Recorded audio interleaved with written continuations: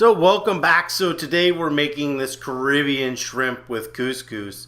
So I have some deveined, deshelled shrimp, and I've added one garlic clove, and then I'm going to marinate them in some pineapple roasted pepper salsa.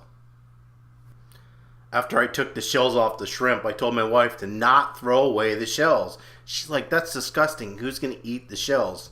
So as you can see here, we're using the shells to make a stock. And in that, I have some onion, half of a squeezed orange, and garlic. So you're just going to reduce that down for about 20 minutes, and then you're going to strain that so it is a perfectly clear liquid. And I've added a little bit of black pepper. And to that, I'm adding broccoli and couscous. Now remember, the mixture for couscous is 2 parts liquid, 1 part couscous. So you're going to heat that up to a boil, turn the heat off, and stick the lid on, and in 5 minutes that should be done. So the last step is to saute the shrimp. And at this point, if you want this hot, this is when you're going to add like a habanero or 2 peppers. My wife can't eat it, so I didn't add them at this time.